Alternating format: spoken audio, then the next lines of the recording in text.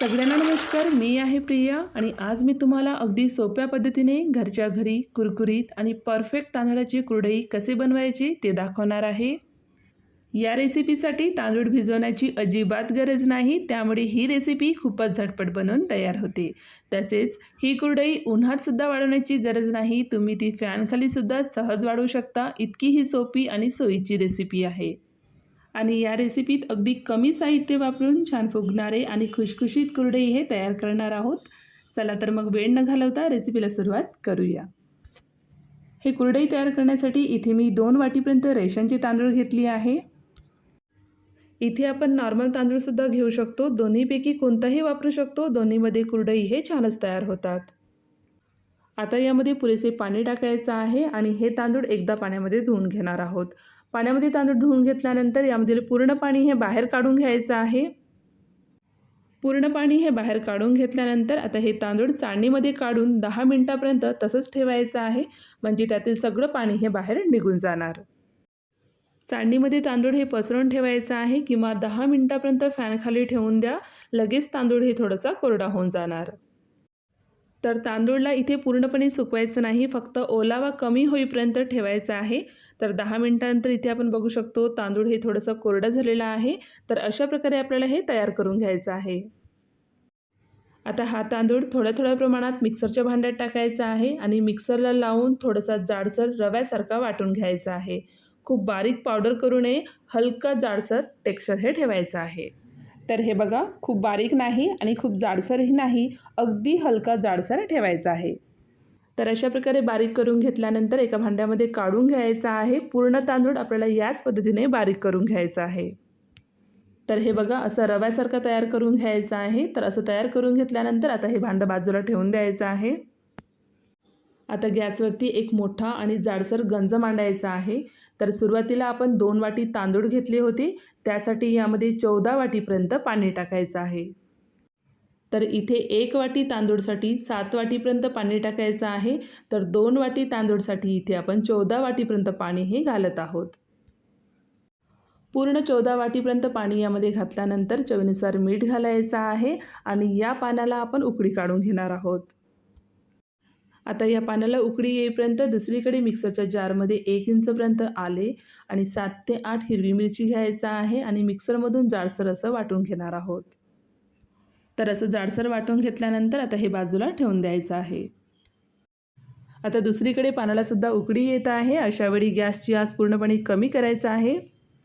आता हळूहळू तांदळाचा रवा यामध्ये टाकायचा आहे. एका हाताने तांदळाचा रवा टाकायचा आहे आणि दुसऱ्या हाताने चमचेने एकसारखं असं मिक्स करत राहायचं आहे, जेणेकरून गुठळ्या हे होणार नाहीत.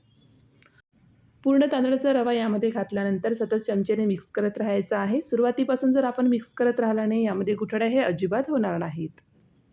हे शिजवून घेताना आपल्याला गॅसची आच मध्यम ते मोठा करत हे चांगल्या प्रकारे शिजवून घेणार आहोत.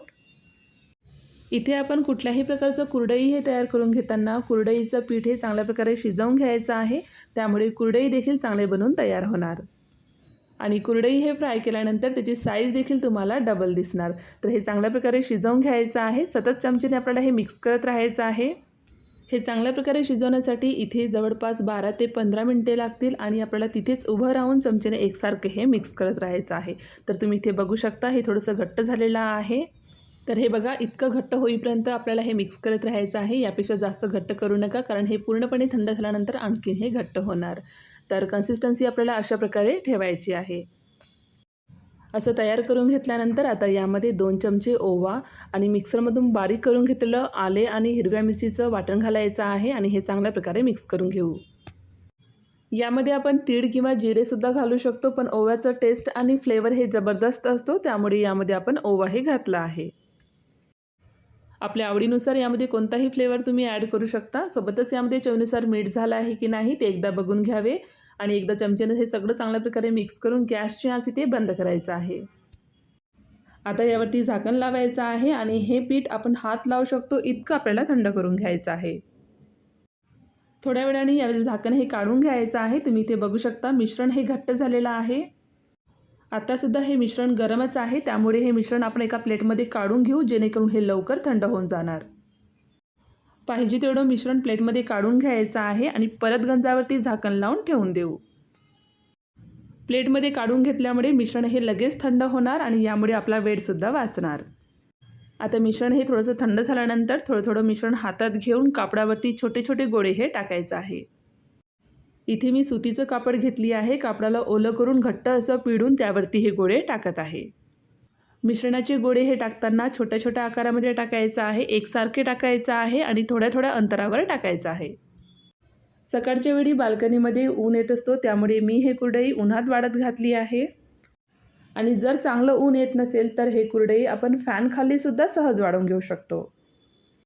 आणि सध्या उन्हाळा असल्यामुळे हे लगेच वाळतात, वेळसुद्धा लागत नाही। तर इथे मी संध्याकाळी तुम्हाला दाखवत आहे, हे चांगल्या प्रकारे वाळले गेले आहेत।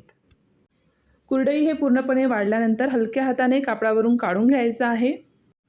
आणि जर कुरडई हे कापडावरून निघत नसेल तर अशा वेळी कापडाला उलटा करायचा आहे आणि यावरती पाणी शिंपडून कुरडई हे काढून घ्यायचं आहे, त्यामुळे कुरडई हे लगेच निघतात।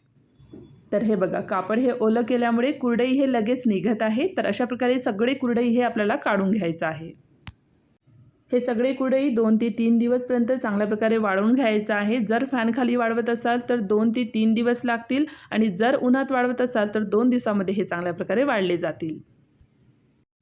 दुसऱ्या दिवशी संध्याकाळी कुरडई हे चांगल्या प्रकारे वाळले गेले आहेत। तुम्ही इथे बघू शकता, कुरडई एकदम कडक असं वाळले गेले आहेत।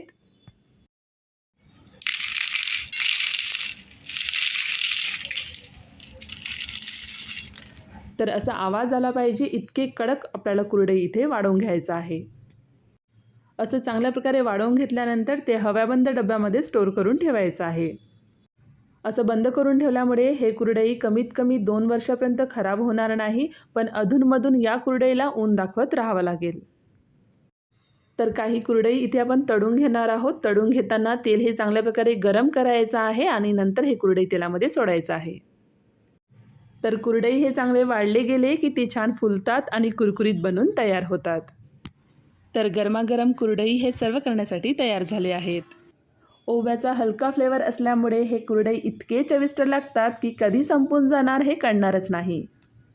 तर तुम्ही सुद्धा ही रेसिपी नक्की करून पहा आणि कसे झाले ते कमेंट्समध्ये सांगा। आणि रेसिपी आवडल्यास लाईक करा। पुन्हा भेटूया अशाच एका नवीन रेसिपीसोबत। धन्यवाद।